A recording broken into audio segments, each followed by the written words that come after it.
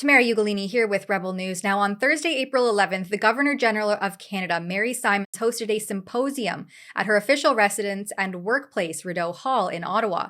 The purpose of this discussion was to build a safe and respectful online world, a media release reads. In recent months, the issue of online abuse has been gaining momentum as more and more individuals have bravely shared their experiences. This symposium will bring together individuals who have been impacted by online abuse and subject matter experts from across the country. The event will raise awareness of the prevalence and impacts of online abuse, facilitate the creation of networks of resilience, and encourage professionals from a range of disciplines to work collaboratively to develop solutions. The event ran roughly 5 hours and included a fireside discussion with Lisa Laflamme. Panel 1 was titled The Lived Experience of Online Abuse.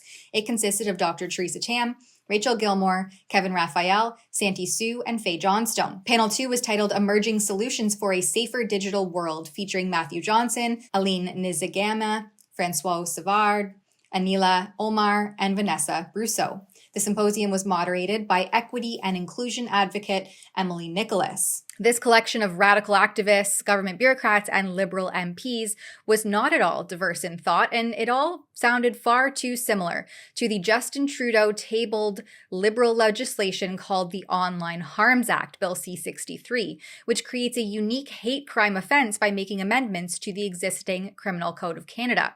It comes with hefty fines and even lifetime jail sentences imposed on Canadians found to be guilty of this non-specific crime.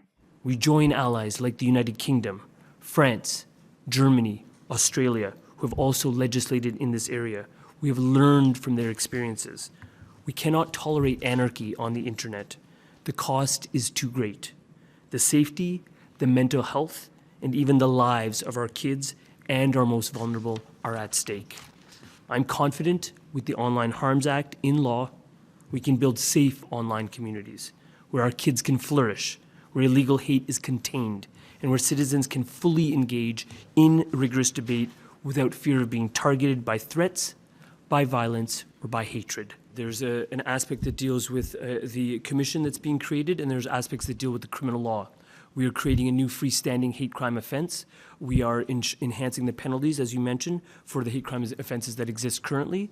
And we're also ensuring that a peace bond could be procured for somebody who there's a reasonable likelihood will create a hate crimes offense. The bill will create a new regulatory enforcement arm of the federal government through a Digital Safety Commission, a Digital Safety Ombudsman, and a Digital Safety Office of Canada, further bloating the Liberal NDP bureaucracy, which is why we're fighting it at stopthecensorship.ca. Because we need less government, not more. And this sweeping and ambiguously worded piece of legislation was even discussed at the symposium by Liberal MP Arif Virani, he proclaims on X. Virani just so happens to be the Minister of Justice who introduced the act earlier this year. The fact that the Governor-General, who has a constitutional duty to be nonpartisan and apolitical, featured only those on the political left, shows a lack of judgment and compromises her neutrality. One of the most important roles that Simons has in her capacity as the Governor-General is to ensure that Canada always has a Prime Minister and a government in place that has the confidence of Parliament. Simons is supposed to offer valued counsel to the Prime Minister and act as a democratic safeguard in Canada. In addition to this, she's supposed to encourage excellence and bring Canadians together. So when the Governor-General decided to host a bunch of pretenders, from max-vaxxed misinformation superspreader like Rachel Gilmore, a failed journalist fired from Global News for presumably being too awful to listen to. Are you going to invite your unvaccinated relatives to sit at the dinner table with you this Thanksgiving? Experts are saying you might not want to risk it. Here's why. According to one expert from McMaster University, vaccines are super effective, but they're most effective when you're surrounded by other vaccinated people. And Faye Johnstone, who parades around looking like Gilmore's opposite-sex doppelganger while thieving opportunities from real women, rallying trans Tifa to aggressively protest his political opponents, and receiving federal funds to do it. This event flies in the face of the Governor-General's once esteemed duties. Watch Valley Girl Gilmore give a tour of the event. I mean, the poor unrefined gal didn't even know how to get dropped off at the the front door. Spend the day with me at Rideau Hall, where the Governor General invited me to speak at her symposium on online hate. I got up just before 6 a.m. so I could make sure my hair and makeup was on point. Then my Uber driver dropped me off and I started the long trek to Rideau Hall. I swear it's like the longest driveway in Canada, but it was so worth it. Like, look at this building. It's so freaking pretty. I honestly felt a bit out of my depth. There was even a tense moment when a guy from Meta spoke and people called him out for being a part of the problem, because we were there talking about online harm, right?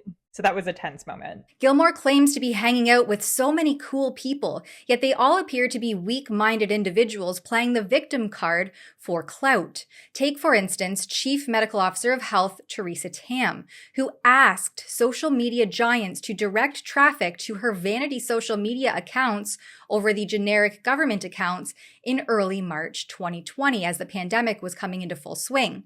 We obtained these government documents through our exclusive government accountability website, rebelinvestigates.com. Look at this. On page 4, strategic communicator at Health Canada, Sarah McKenzie, asks Google, could you please point to our vanity URL in all cases? And please point to Dr. Tam's Chief Public Health Officer Twitter account, as opposed to the Health Canada and Public Health Agency of Canada account. Then Tam cried wolf and played the victim as though she didn't bring any criticisms or skepticism about her role in Canada's failed pandemic response on herself. This has prompted reports like that of the National Post, where it stated that Simon's conduct was unbefitting of her office and equates her as a head of state with the same behavioral expectations as a monarch. Monarchs face literal assassination attempts, the article reads, frenzied tabloid harassment and commentary that ranges from fair criticism to cruel harassment from separatists, Republicans, and communists. But Queen Elizabeth II wasn't one to complain or lobby for censorship laws. She recognized that a head of state should be strong and unwavering, and should refrain from complaining about the inconveniences of office, which are far outweighed by the advantages.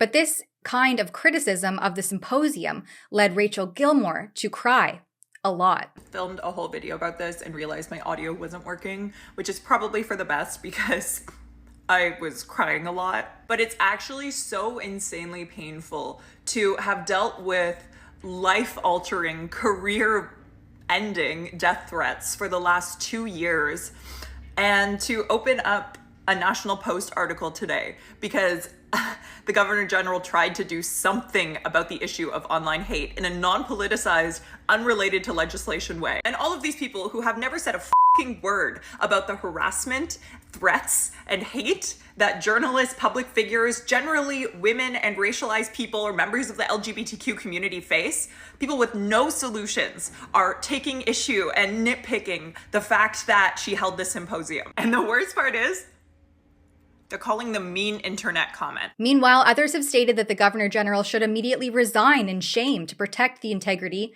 of her office.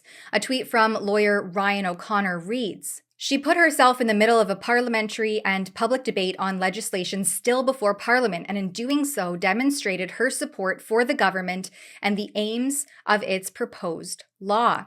As such, I contacted the Governor General media line to inquire accountability questions like how much public funds were used for the symposium, if the event was recorded and will be made publicly available, how many attendees were receiving government grants or paid bureaucrats, and what solutions they discussed in panel 2.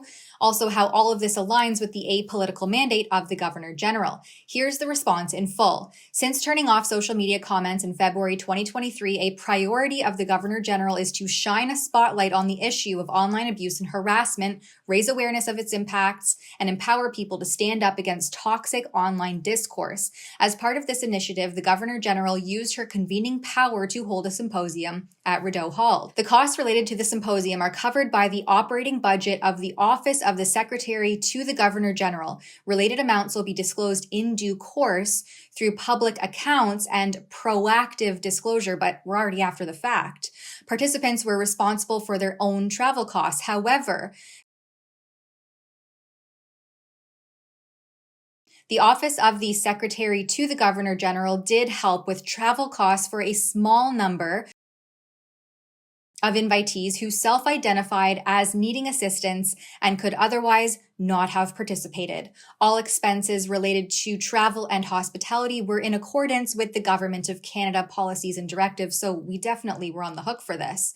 When inviting participants, the Office of the Secretary to the Governor General worked to ensure that a diverse range of individuals and organizations with experience and expertise in dealing with online abuse were invited to the symposium. Invitees included academics, journalists, government officials, gender equality advocates, mental health practitioners, tech industry representatives, youth leaders from across the country, as well as senators and members of parliament from the Conservative, Liberal, and NDP political parties. The symposium provided an opportunity for participants to make connections and collaborate on potential solutions. The Online Harms Act was not on the agenda nor part of the panel discussions. The OSGG will produce a report on the findings from the conference, which will be publicly released in due course, and will continue to support the Governor General in raising awareness of online abuse and harassment and promoting digital respect.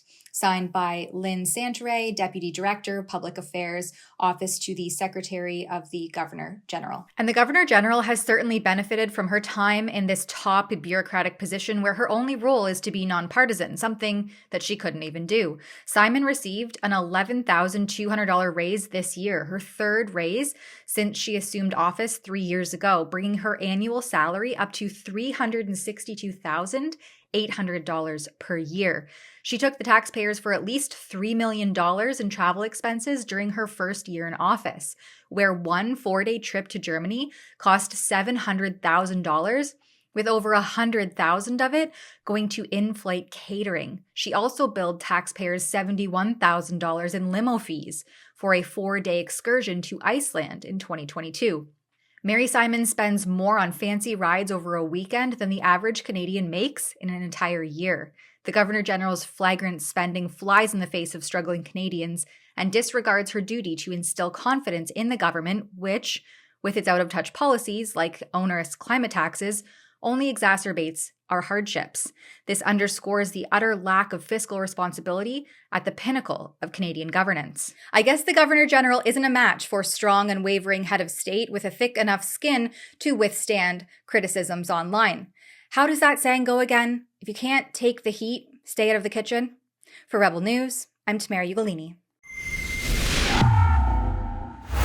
To find out how we're fighting back against state-sponsored censorship, head over to stopthecensorship.ca. There you can support our work and sign up to receive our emails so that you can stay up to date. Please also consider chipping in to help offset the costs of our journalistic endeavors since we don't receive any funds from funds